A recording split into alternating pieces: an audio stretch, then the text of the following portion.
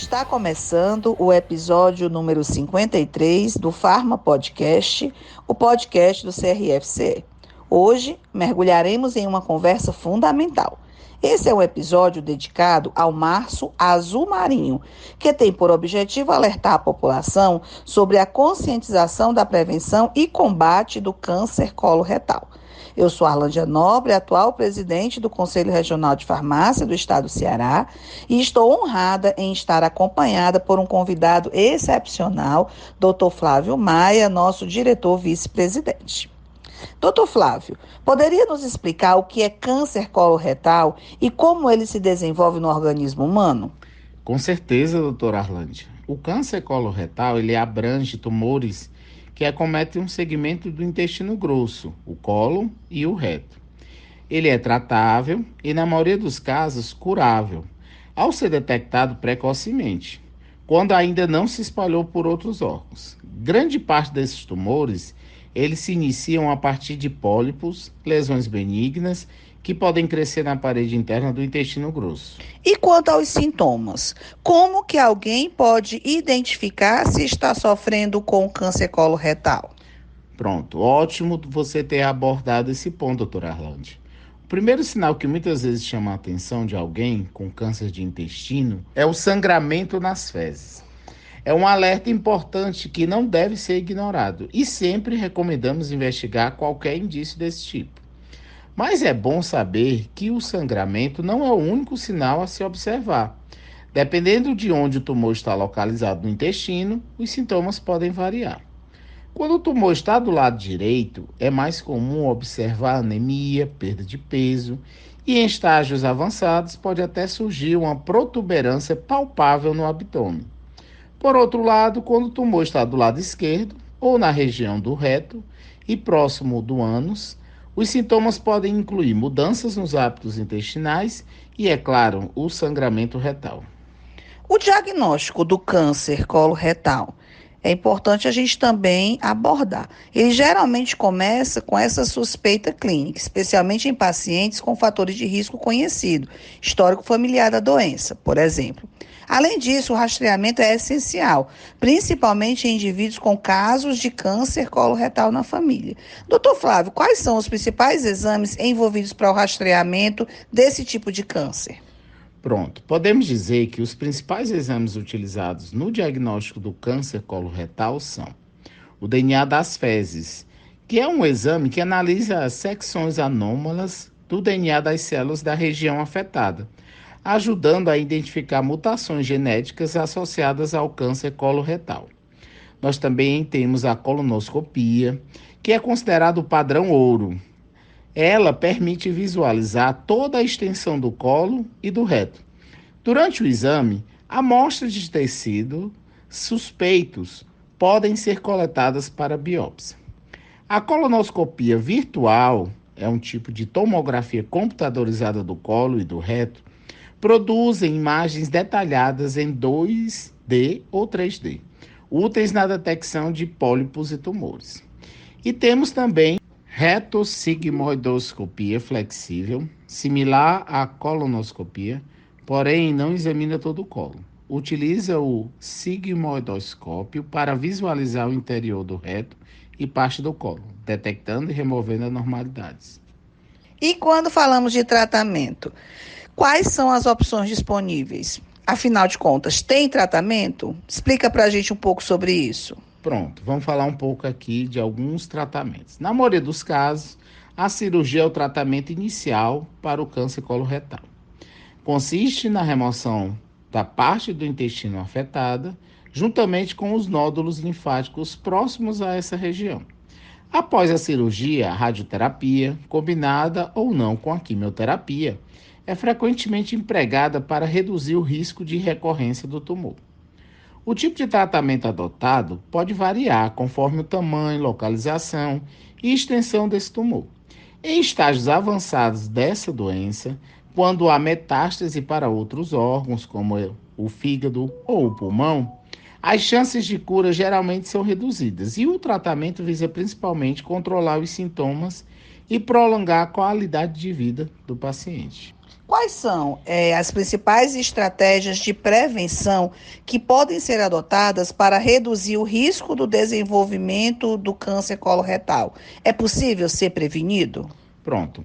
A gente pode citar várias dicas importantes, doutora Arlândia, como, por exemplo, uma alimentação balanceada, rica em fibras, provenientes de frutas, verduras, legumes, cereais integrais, grãos e sementes. Aliada, claro, à prática regular de atividade física, desempenha um papel fundamental na prevenção do câncer coloretal.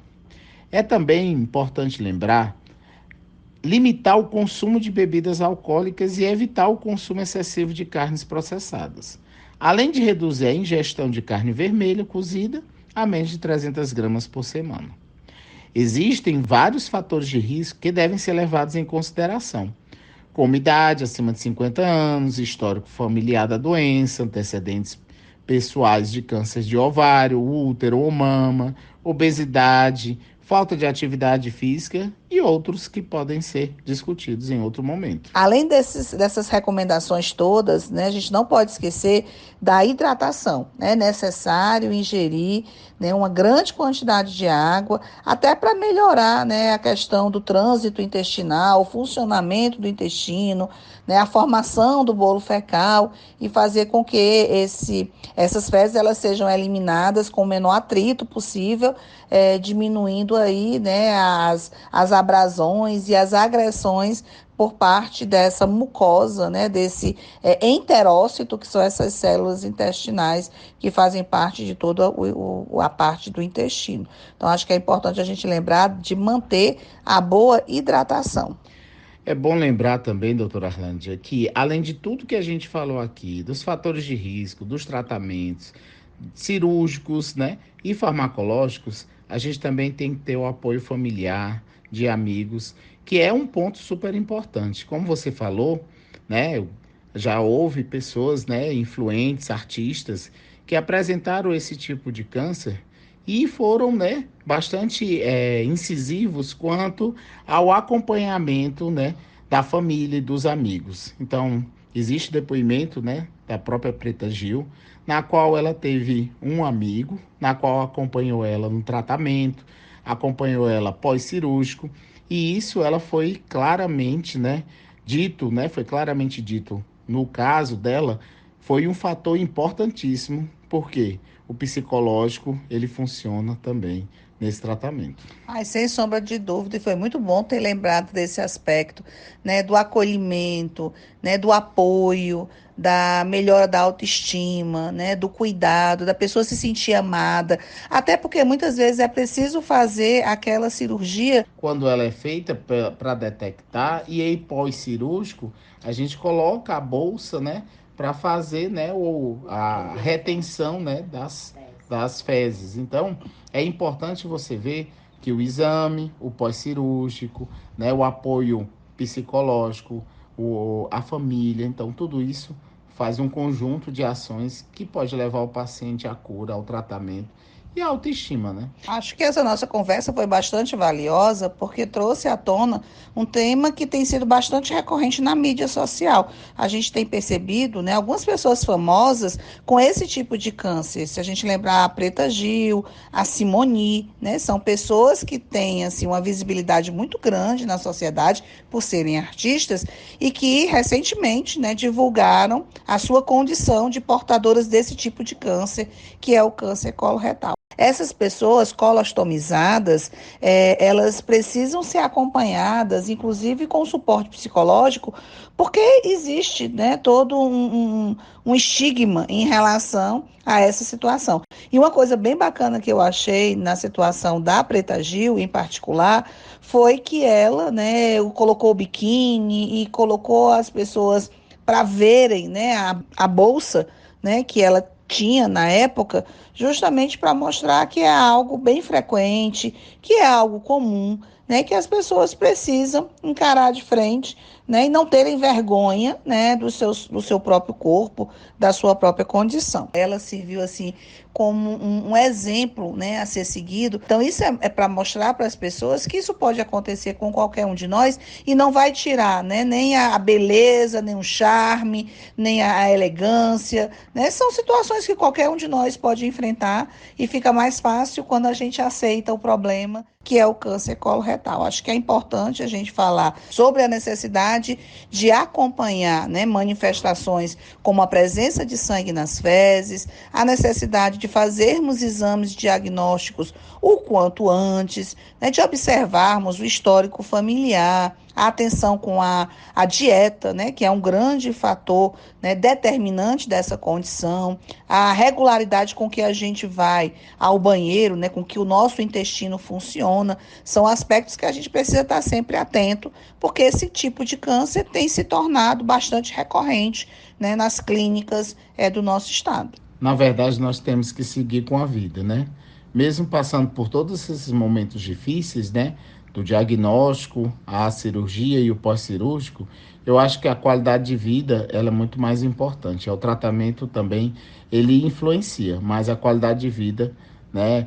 A convivência com as pessoas, né? Não deixar de conviver com todos os familiares e os amigos, isso aí faz parte do tratamento e aí ajuda bastante. Obrigada, doutor Flávio. E assim encerramos o nosso episódio do Farma Podcast, o podcast oficial do CRFCE.